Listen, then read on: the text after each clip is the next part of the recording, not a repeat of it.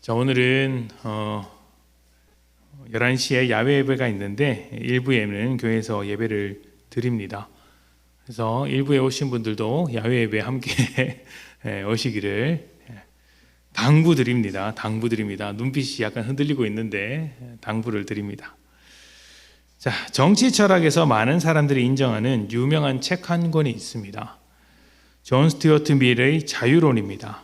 읽어본 분도 계시고 읽지는 않았어도 그래 그런 책이 있지 한 번쯤 들어보신 분도 계실 것입니다. 이 책에는 유명한 말이 많이 나오는데 그 중에서 이 책 전체를 요약하는 한마디가 있습니다.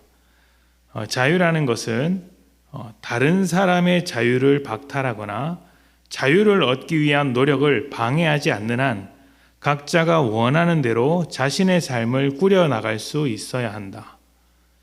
그러니까 다른 사람의 자유, 조금 더 쉬운 표현으로 바꾸자면 다른 사람의 자유를 침해하지 않는 한 나는 무제한의 자유를 누릴 수 있다라는 것이죠.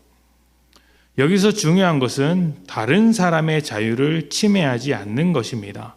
그래서 다른 사람의 자유를 침해하지 않기 위해서 사회적인 합의, 약속을 이루어내는데 그것이 바로 법입니다. 법을 지키면 그 법의 테두리 안에서는 얼마든지 자유로울 수 있다는 것이죠. 법은 나의 자유를 보호하기 위해서 다른 사람의 자유를 함께 보호하자는 약속입니다. 이 약속을 잘 지켜야 할 책임이 누구에게 있습니까? 자유라는 권리를 누리는 모든 사람에게 있습니다. 자유가 없다면 책임이 없죠. 또 책임이 없다면 자유도 없습니다. 성경은 예수를 믿는 사람들을 죄와 사망으로부터 자유하게 된 사람이라고 합니다. 그런데 좀 불편합니다. 왜냐하면 신앙생활을 하는 사람들을 보면 자유롭기보다는 어딘가에 매여 살아가는 듯 하기 때문입니다. 자유롭게 2부 예배 때 야외 예배 하면 1부 예배는 안 오고 싶은데 자유롭게 그렇게 하고 싶은데 그렇지 못하고 주일날 예배를 드려야 한다는 것이죠. 주일에 여행을 가고 싶거나 무슨 볼일이 있을 때 우리는 교회 가는 것이 항상 걸립니다. 예배를 드려야 하기 때문에 모임을 잡아야 하기 때문에 또 교회에서 해야 할 일이 있기 때문에 일정을 잡기가 난감하죠. 교회에서 책임 있는 자리에 서면 설수록 그렇게 됩니다. 이런 상황이다 보니 신앙생활과 자유라는 것이 정말 어울리지 않습니다. 어색하죠. 그런데 성경은 끊임없이 우리를 자유롭게 한다라고 이야기를 합니다. 대표적인 말씀으로는 진리가 너희를 자유케 하리라 라는 말씀이 있죠. 이상합니다. 자유라는 것은 내가 살고 싶은 대로 사는 것인데 하나님의 뜻대로 사는 것이 자유라고 하니까 좀 어색하더라는 것이죠. 과연 믿음으로 얻는 자유, 그 권리가 어떤 것일까요? 오늘 말씀은 바울이 사도로서의 자신의 권리를 설명하는 이야기입니다. 지금 바울은 고린도 교회 성도들에게 자기가 사도라는 것을 인정받지 못하는 그런 입장인데 그렇다고 해서 사도로 인정해 달라. 나는 사도였다. 사도이고 앞으로도 사도일 것이다. 그러니 너희가 나를 인정해 주어야 한다라는 의도에서 자기 권리를 챙기기 위한 입장에서 지금 말을 하고 있는 것은 아닙니다. 다만 그리스도인이 가지고 있는 자유와 권리가 세상과 어떻게 달라야 하는지를 설명하기 위해서 자기 자신의 권리를 예로 들고 있는 거예요. 오늘 이 말씀을 통하여서 세상과 어떻게 다른 자유와 권리가 있는지를 들여다보았으면 좋겠습니다. 자, 고린도전서 9장 15절입니다. 고린도전서 9장 15절 제가 봉독하겠습니다. 그러나 내가 이것을 하나도 쓰지 아니하였고 또 이 말을 쓰는 것은 내게 이같이 하여 달라는 것이 아니라 내가 차라리 죽을지언정 누구든지 내 자랑하는 것을 헛된 대로 돌리지 못하게 하리라. 아멘. 자, 이 말씀 앞에서 1절부터 14절까지의 말씀을 길게 읽어보면 바울은 자신이 정당한 사도로서 정당한 권리를 가지고 있다라고 소개를 합니다. 그 권리란 요약해 보면 일한 만큼 보상을 받는 것입니다. 뿌린 대로 거둔다는 원리죠. 이것은 세상의 관점으로 보나 또 성경의 관점으로 보나 정당하고 합당한 권리라고 할 수 있습니다. 내가 복음으로 누구를 가르쳤다면 그 가르침을 받는 사람들, 복음의 유익을 얻은 사람들이 당연히 나에게 사도로서의 어떤 그 대접을 해주는 것이 마땅한 것이다 라는 이야기죠. 그런데 바울은 그렇게 받을 수 있는 정당한 권리를 쓰지 않았고 앞으로도 안 쓸 것이며, 내가 이렇게 안 쓰고 있다고 생색내기 위해 이런 말을 하는 것도 아니라고 이야기를 합니다. 내가 이런 권리가 있지만 포기했다. 그런데 이 포기했다는 것을 지금 너희에게 말하고 있는데 이것은 챙겨달라는 게 아니다. 내가 알아달라는 것도 아니다. 앞으로 받겠다는 것도 아니다 라는 것이죠. 어떤 의도가 있기 때문이죠. 그렇다면 굳이 이런 말을 꺼내는 데는, 바울이 이런 말을 하는 이유는 사도로 일한 것에 대하여 보상을 받는다면 더 이상 자신은 자랑할 수 없는 입장이기 때문에 내가 이것을 자랑하는 게 아니다 라고 이야기하는 거예요. 그 자랑은 어떤 것이냐면 15절에 보면 차라리 죽을지언정 이 자랑을 다른 데로 돌리지 못할 것. 그러니까 죽으면 죽었지 내가 이 자랑을 잃어버리는 것은 싫다. 죽기보다 싫다. 이런 이야기를 하고 있습니다. 자, 여기서 중요한 점은 바울이 자랑하고자 하는 바와 세상이 자랑으로 삼는 것이 좀 다르다는 것입니다. 세상에서의 자랑은 어떤 것입니까? 내가 얼마나 대접을 받느냐 하는 것이죠. 많은 연봉을 받고 또 인정을 받고 자기 권리를 잘 챙기는 것들이 세상에서의 자랑입니다. 내가 사도로 일했으면 그 사도로서의 권리를 잘 챙기면 그 사람은 세상에서 자랑할 만한 사람이죠. 목회를 잘해서 이렇게 좋은 집에서 산다, 많은 돈을 벌었다, 이런 것들은 세상이 보기에 부러워할 만한 것들입니다. 세상 앞에서 내놓을 만한 것이 되죠. 그런데 바울은 그런 자랑이 아니라 다른 것을 자랑하고 있다는 것입니다. 그리고 세상에서 자랑하는 것처럼 그렇게 권리를 챙긴다면 지금 자신이 내세우고 있는 자랑거리, 자신의 자부심이 모두 사라져버린다라고 이야기를 하는 거예요. 세상에서의 권리를 찾으면 나는 이제 더 이상 자랑할 것이 없는 인생이 된다 말하는 것이죠. 이게 죽기보다 싫다는 겁니다. 그러니 지금 자기 권리를 확보함으로써 자랑하는 세상의 자랑과 바울의 자랑은 완전히 다른 것이라고 할 수 있겠죠. 계속 봅시다. 16절입니다. 내가 복음을 전할지라도 자랑할 것이 없음은 내가 부득불 할림이라. 만일 복음을 전하지 아니하면 내게 화가 있을 것이로다. 아멘. 바울은 복음을 전하는 일이 당연히 해야 할 일, 부득불 할 일이라고 이야기를 합니다. 그렇기 때문에 자랑할 것이 없다고 이야기를 해요. 나는 해야 할 일을 하는 거야. 할 수밖에 없는 일을 하는 거야 라고 하는 것이죠. 만일 하지 않으면 어떻게 됩니까? 자신에게 화가 미칠 것이기 때문에 하는 겁니다. 이 복음을 전하지 않으면 자신에게 화가 미칠 것이기 때문에 내가 한다, 해야만 한다, 할 수밖에 없다라는 것이죠. 앞에서는 자기의 자랑을 잃어버리는 것이 죽기보다 싫다고 했는데 지금은 자랑할 것이 없다라고 이야기를 하고 있어요.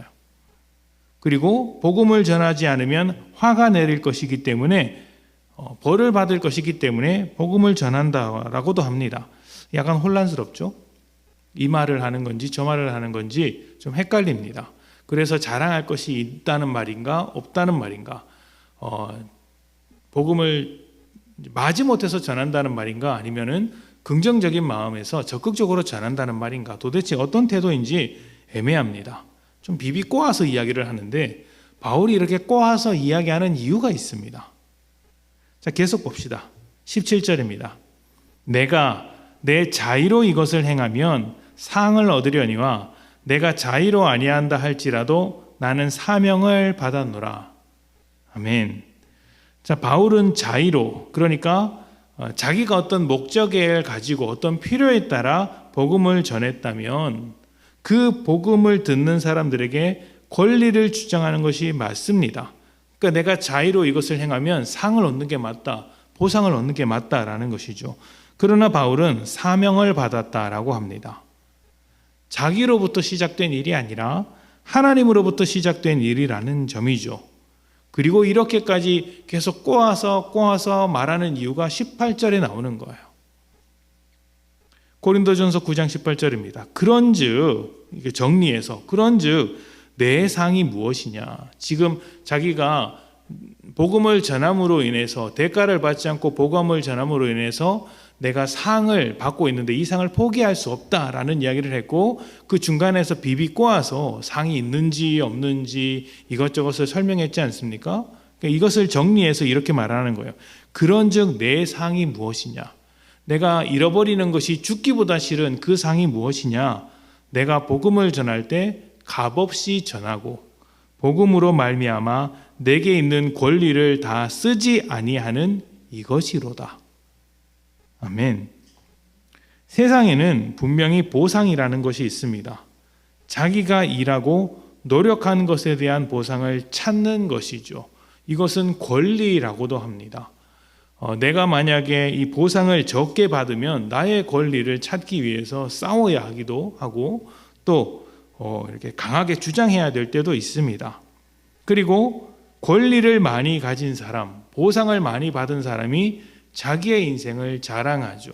나는 이렇게 권리를 확보했다, 보상받는 인생이다라고 다른 사람에게 소개하고 그 길로 걸어오라고 요청하기도 합니다. 그런데 바울이 복음 사역을 한 보상은 무엇이라고 이야기를 합니까? 바울도 보상을 받기는 했는데 그 보상이 무엇입니까? 사도로서 당연히 누려야 할 권리를 찾는 것이 아니라 값없이 전하는 것입니다. 보상을 받지 않는 것이 보상이라는 이야기입니다.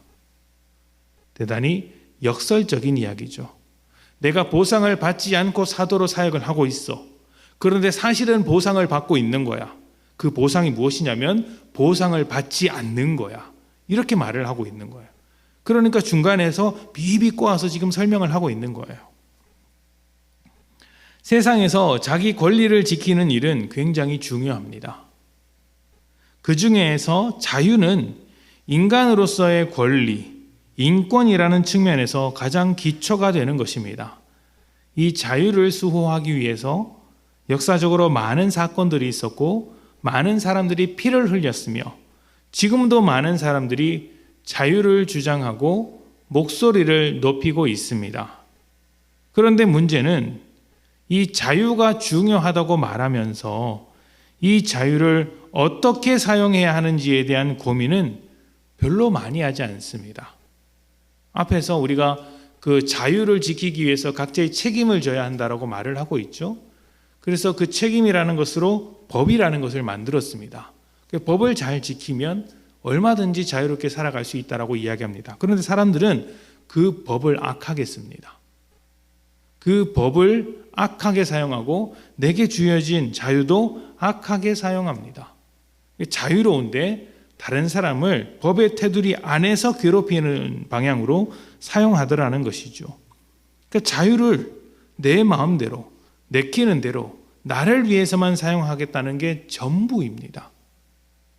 그 자유로 어떤 열매를 맺을지, 어떤 가치를 따라 살아가야 할지, 자유를 받은 내가 그 자유로 이루고자 하는 것이 무엇인지, 또 그것이 좋은 것인지 나쁜 것인지를 생각하지 않더라는 것이죠. 특히 믿는 자들이 그렇습니다. 믿는 자들에게 있어서 가장 큰 위험은 하나님을 버리거나 예수님을 믿지 않거나 교회에 안 나오는 것, 이런 것들이 아닙니다. 차라리 그런 건 괜찮은 겁니다. 왜냐하면 내 믿음이 조금 잘못되었다라는 것이, 내 믿음이 약하고 지금 흔들리고 있다라는 것이 겉으로 드러나기 때문이에요. 그러니까 누구나 아는 거죠. 교회 안 나오고 이제 믿음이 없어지고 기도를 하지 않고 예배 자리에 점점 오지 않으면 저 사람의 상태가 뭔가 이상하거나 문제가 있거나 이렇게 생각을 한단 말입니다. 근데 제일 큰 위험은 교회를 나오면서 하나님을 믿는다고 하면서 하나님을 왜곡시키는 거예요. 이거는 알 수가 없어요. 겉으로는 괜찮아 보이거든요. 근데 속은 썩어 있더라는 겁니다. 예수님을 오해하고 또 교회가 붙들어야 할 가치에 혼란을 주는 것입니다. 이름은 다 교회로도 알고 있고 똑같이 주일 예배를 드리고 있습니다. 그런데 그 속을 들여다보면 내용이 달라요. 왜곡되어 있죠. 이게 제일 위험한 겁니다. 하나님을 우상처럼 왜곡해서 따르고 있는 것이죠. 그러면서 나는 하나님을 믿는다. 하나님의 백성이다. 이렇게 주장하는 것이죠. 이것은 두 주인을 섬기는 것입니다. 하나님을 나의 주인이라고 하면서 세상이 주인인 것처럼 살아가는 것이죠. 그래놓고 뭐라고 합니까? 나는 하나님을 믿으니까 괜찮다. 이렇게 이야기를 하는 겁니다. 바울은 자신의 권리, 자기가 받을 상에 대하여 상을 받지 않는 것이 상이라고 이야기했습니다. 내가 상을 받고 있는데 상을 받지 않는 것이 나의 상이다. 이것은 그냥 봉사하는 마음으로 돈을 받지 않는 그런 것을 말하는 게 아닙니다. 하나님의 은혜를 따르는 아주 수준 높은 이야기인 거예요. 은혜라는 것이 무엇입니까? 값없이 주는 것입니다. 일한 만큼 주고 일한 만큼 받는 것이 세상의 원리인데 하나님은 받은 것 없이 주십니다. 우리가 죄인일 때 구원해 주셨죠. 그리고 주고 나서도 받지를 않습니다. 구원 베푸시고 나서도 그 구원을 받았으니 구원을 받은 대가로 너희는 이런 것을 내놓아라 이런 말씀을 하지도 않습니다. 이것이 이해되십니까? 우리가 하나님께 무언가를 하지 않아도 앞으로 무언가를 하지 않아도 변함없이 은혜로 하나님의 자녀라는 자리를 누릴 수 있더라는 것이죠. 자, 그렇다면 하나님은 왜 우리를 값 없이 구원하셨을까요? 우리가 값을 치를 수 없는 죄인이기 때문이죠. 그리고 우리를 사랑하기 때문입니다. 그래서 하나님은 우리와 거래를 하지 않아요. 거래를 해봐야 우리가 지불할 능력이 안 된다는 걸 알기 때문에 거래하지 않습니다. 우리가 뭘 해드리면 구원해 주겠다고 말씀하지도 않으시고 구원해 주었으니 나를 위해서 뭘 내놓으라는 말씀도 하지 않습니다. 우리를 사랑하시기 때문에 그냥 은혜로 아무 이유 없이 우리를 위해 구원을 해 주시더라는 것입니다. 자, 그런데 여기서부터 문제가 생기는 거예요. 여기서부터. 사람들은 이 은혜를 가지고도 왜곡시킵니다. 아주 고약한 심보죠. 하나님께서 구원해 놓고 원하는 것이 없다고 하니 그러면 질문을 던지는 겁니다. 내가 왜 신앙생활을 해야 되지? 구원받았으면 됐네. 교회 나오지 않아도 되겠다. 나는 어차피 예수를 믿고 하나님을 따르고 있으니까 그래. 주일날 교회 나오지 않고 내 마음대로 살아도 하나님이 원하시는 것 없다고 하니 뭐 그렇게 살면 되겠다 라고 말을 하는 것입니다. 왜 교회 다니고 왜 충성을 해야 되는가? 안 해도 되는 것 아닌가? 라는 오해가 생기죠. 오해가 생기는 거예요. 이렇게 생각할 수도 있습니다. 그러나 이런 생각이야말로 말씀드렸다시피 하나님을 왜곡하는 생각, 하나님의 뜻을 왜곡하는 생각이라는 것이죠. 부모가 자녀를 키웁니다. 먹여주고 재워주고 공부도 시키죠. 그래서 자기 인생을 책임질 만한 사람으로 훌륭한 사람으로 괜찮은 사람으로 키워냈습니다. 그러면 부모가 그 다음에 원하는 것은 무엇입니까? 내가 지금까지 너에게 이렇게 투자를 했으니 그 돈 다 갚아. 이런 게 아니죠. 어떤 것입니까? 인생을 낭비하지 말고 엉망으로 살지 말아라. 훌륭하게 살았으면 좋겠다. 복되게 열심히 살았으면 좋겠다. 이렇게 이야기를 합니다. 훌륭하게 사는 것을 요구합니다. 왜 훌륭하게 살라고 합니까? 부모에게 좋아서 그런 것입니까?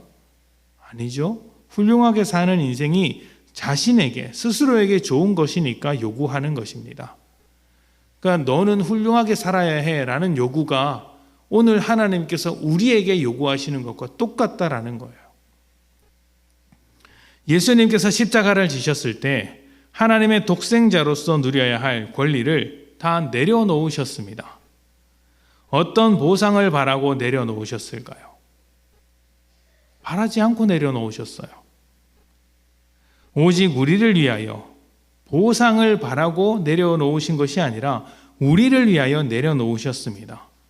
성경은 십자가를 부끄러운 자리라고 하지 않고 영광스러운 자리라고 소개합니다.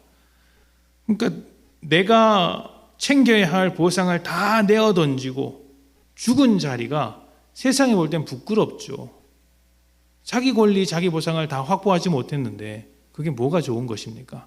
그런데 성경은 그 자리가 영광스러운 자리라고 이야기를 하고 있는 거예요. 자기 권리를 주장하는 세상 속에서 권리를 포기함으로써만 할 수 있는, 그렇게만 얻을 수 있는 영광이라는 것입니다. 바울도 그렇습니다. 이 놀라운 십자가의 은혜를 전하는 것이 복음입니다. 그런데 사람들이 바울을 두고 어떤 보상을 얻기 위해서 이런 일을 하는 것이 아니냐고 오해하고 있어요. 너 장사하려고 지금 복음을 전하고 있는 거지, 너 우리에게 뭔가 뜯어내려고, 헌금 얻어가려고 지금 이렇게 이야기하는 거지, 오해하고 있으니까 바울이 뭐라고 합니까? 내가 보상을 받을 수 있지만, 그럴 권리가 충분히 있지만 포기한다라고 이야기합니다. 받는 게 잘못된 게 아니라 너희가 그런 오해를 가지고 있으니까 내가 복음을 위해서 포기한다라고 이야기하는 거예요. 은혜의 복음을 은혜의 방법으로 전하는 것이 바울 자신의 자랑이고 그것이 자신의 보상이기 때문에 나 이거 포기해도 상관없어 라고 이야기하는 것이죠. 그리고 그 열매가 누구입니까? 그렇게 아무런 보상을 바라지 않고 순수하게 복음을 전한 열매가 누구예요? 지금 그 말을 듣고 있는 고린도 교회 성도들인 거예요. 고린도전서 6장 12절입니다. 그래서 바울이 고린도 교회에게 계속해서 이런 점을 강조했습니다. 6장 12절인데요. 이렇게 말씀이 기록되어 있습니다. 모든 것이 가하나, 이게 무슨 말이에요? 자유가 있다. 그래, 너 모든 것을 할 수 있어. 모든 것이 가하나 다 유익한 것은 아니요. 모든 것이 내게 가하나 내가 무엇에든지 얽매이지 아니하리라. 아멘. 바울이 하고자 하는 말은 이것입니다. 모든 것을 할 수 있다. 모든 것이 가하다. 모든 것을 할 수 있는 자유가 있다. 무엇이든지 다 할 수 있는 권리가 있다. 그런데 다 할 수 있다고 해서 다 유익한 것은 아니다. 다 하나님의 뜻이 아니다. 다 하나님 안에서 그렇게 훌륭해지는 것은 아니다. 할 수 있지. 그런데 그것이 하나님 앞에서 복된 것이 아니다. 그렇다면 어떻게 해야 합니까? 모든 것이 다 가능하지만 내게 가지고 있는 이 자유와 권리, 모든 것이 가능한 이 자유와 권리를 유익하게 사용하려고 하는 거예요. 유익하게. 어떻게 사용해야 되는가를 고민해야 하는 것이죠. 그리고 여기서 바로 이 지점에서 바울의 아주 훌륭한 문학적인 기술 그리고 목회적인 태도를 발견할 수 있어요. 목회자로서 사람을 설득하기 위한, 가르치기 위한 문학적인 기법이고 또 목회자로서의 목회 방법을 발견할 수 있습니다. 여러분 잘 들어보십시오. 누가 시켜서 하면 그건 자유입니까? 자유가 아닙니까? 나는 다른 거 하고 싶은데 하필이면 목사님이 그날따라 다른 거 하고 싶은 걸 그만하라고 하고 이거 해라고 이야기하면 그건 자유입니까? 아닙니까? 아니에요. 이렇게 고민을 하세요. 자유가 아닙니다. 명령을 받아서 하는 것이기 때문에 자유가 아니죠. 그래서 바울이 사도로서 너희는 이렇게 저렇게 살아야 한다. 명령이다. 이렇게 명령할 수 있는데, 사도로서 말할 수 있는데 그렇게 하지 않습니다. 비비꼬아서 말하는 이유가 바로 거기에 있어요. 그렇게 말하지 않아요. 그냥 자기의 이야기를 들려주는 거예요. 너희는 나에 대해서 이런 오해를 하고 있지? 그런데 나는 보상을 바라고 이런 일을 하는 게 아니야. 하나님의 은혜를 따라 살아가는 나는 이렇게 값없이 사역하고 있어. 값없는 복음이기 때문에 나도 값없이 사역하고 있어. 그리고 이게 나의 기쁨이자 영광이야. 딱 여기까지만 이야기하는 거예요. 여기까지만. 자, 그렇다면 이 편지를 읽는 사람들은 다 어떤 생각이 들겠습니까? 믿는 사람이라면, 같은 복음을 공유하고 있는 사람이라면 어떤 결단이 나오겠어요? 아, 바울이 이렇게 사니까 나도 그렇게 살아야 되겠다라고 스스로 결단을 하는 거예요. 스스로. 우리의 자유는 하나님께서 주신 자유이니 하나님의 의도에 맞도록 유익하게 사용하자. 이렇게 바울이 자신의 이야기를 들어서 사람들에게 설득시키고 있는 거예요. 명령이 아니라 설득을 시키고 있는 거예요. 너희도 자유를 그렇게 사용하라고. 마태복음 6장 21절입니다. 찾지 않으셔도 됩니다. 제가 읽겠습니다. 아주 짧은 말씀이에요. 내 보물이 있는 그곳에는 내 마음도 있느니라. 아멘. 우리가 생각하는 보물은 다 보상에 관한 것입니다. 이 땅을 살아가면서 다 얻고 싶은 게 보상을 받는 거예요. 내가 가진 자유와 권리로 무엇을 얻을 것인가에 대해서만 관심이 있죠. 그래서 다 뭐 합니까? 좋은 직장, 많은 연봉이죠. 그리고 약간 꼼수를 부려서 내가 로또를 긁는 수고를 할 테니 그에 합당한 보상을 주십시오 라고 열심히 긁습니다. 요즘은 긁지 않죠. 숫자 6개를 적습니다. 그래서 1등 되기를 원하죠.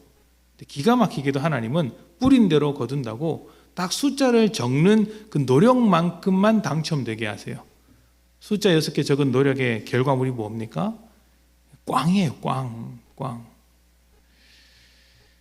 그렇게 우리는 내가 가진 자유와 권리로 무엇을 할 것인가에 대해서만 관심이 있는데 이게 다 보상에 관한 것들입니다. 그런데 성경은 우리의 보물이 이 땅에서 보상을 얻는 것이 아니라 하늘에 있어야 한다라고 이야기를 하는 거예요. 하늘에 있어야 한다. 내 보물이 있는 곳에는 내 마음도 있다. 여기서 하늘이라는 것은 하늘에서 받아야 하는 어떤 보상을 말하는 게 아니에요. 보상을 바라는 것은 그 땅에서 똑같은 거예요. 땅에서 못 받는 걸 하늘에서 받자 이런 말이잖아요. 그게 아니라는 말이에요. 그런 보상이 없다는 것이 아니라 하늘이라고 말하는 것은 하나님께 소속된 것입니다. 그러니까 땅에 속한 자로서가 아니라 하나님께 소속된 자로서 하나님의 백성으로서 가져야 할 보물이 뭐냐는 거예요. 우리는 세상이 상상할 수도 없는 십자가의 은혜를 압니다. 권리와 보상을 위해서만 살아가는 세상에서 더 중요한 가치, 더 유익하게 하는 것이 무엇인지를 알고 쫓아 살아갑니다. 그리고 이러한 삶을 쫓아 살아갔을 때, 십자가의 삶을 살아갔을 때 어떤 열매가 나타나는지 십자가를 통해 발견한 사람들이에요. 그래서 우리의 권리와 자유를 하나님의 뜻을 따라 사용하는 것입니다. 하나님의 뜻을 따라 십자가를 졌더니 그 자리는 수치스럽고 모든 것을 잃어버리는 자리가 아니라 부활이라는 영광을 얻는 자리더라. 그래서 삶 속에서도 십자가의 길을 따라가는 것입니다. 하나님의 뜻을 따라가는 것이죠. 그런데 이것을 강제로 합니까? 아니에요. 강제로 하지 않아요. 세상과 비교할 수 없는 더 좋은 것이고 가치 있는 것이기 때문에 내가 결단하고 내가 나아가는 거예요. 그리고 하나님은 이 결단을 기다리시며 계속해서 말씀하시고 설득하시는 거예요. 여러분이 십자가의 길을 걷지 않는다고 해서 하나님이 천벌받게 하십니까? 아니에요. 제가 앞에서 1부 예배 드렸더라도 2부 예배, 야외 예배로 가자라고 이야기했지만 안 오더라도 여러분은 오늘 행복할 것입니다. 저는 행복하기를 바랍니다. 즐겁기를 바라요. 근데 오면 좋아요. 안 와도 복되기를 바랍니다. 1부 예배 왔으니 안 올 것이겠죠. 안 올 것이겠죠. 복되기를 원합니다. 그러나 그곳에서 또 하나님의 뜻을 따를 수 있을 거예요.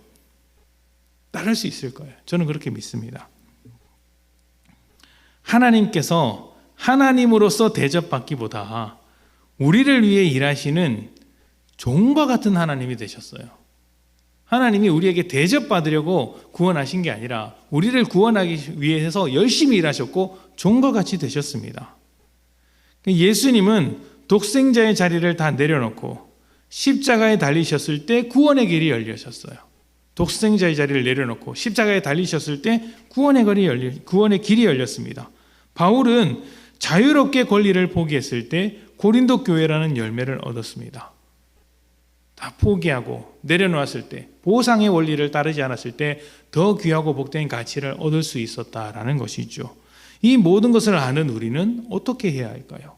바울의 이 이야기를 들으면서 우리는 어떻게 해야 합니까? 내가 가진 자유와 권리를 어떻게 사용해야 합니까? 나를 위해서만 사용해야 됩니까? 이것은 여러분이 스스로 대답해야 하는 문제입니다. 다시 한번 말씀드립니다. 자유와 권리를 무조건 포기하라는 이야기가 아니에요. 성경도 내가 받아야 할 권리를 합당하게 정당하게 받는 것은 의로운 일이라고 이야기를 해요. 다른 사람의 권리를 빼앗아 오는 건 정의롭지 못한 일이에요. 하나님께서 심판하실 것입니다. 그러나 그것과 별개로 우리는 내가 가지고 있는 그 정당한 권리와 자유를 내려놓아야 할 때도 있더라는 거예요. 하나님의 뜻을 이루기 위해서. 그때 우리는 어떻게 선택할 것인가? 하나님은 요구하십니다. 너희가 스스로 판단을 하라고 말이죠. 자기를 위한 자유, 자기를 위한 권리를 주장하는 세상 속에서 우리가 하나님의 의도대로 자유와 권리를 사용할 수 있다면 우리가 세상에 비치고 우리가 세상의 소망이 됩니다. 우리에게 그 역할을 하라고 이 자리에 부르셨습니다. 이제 오늘 하루 여러분 예배를 마쳤으니 조금 더 자유로운 삶을 살게 될 텐데 이 말씀을 듣고 기억하면서 이 자유를 하나님의 뜻 안에서 선택하는 복된 여러분 되셨으면 좋겠습니다. 우리 함께 기도하겠습니다.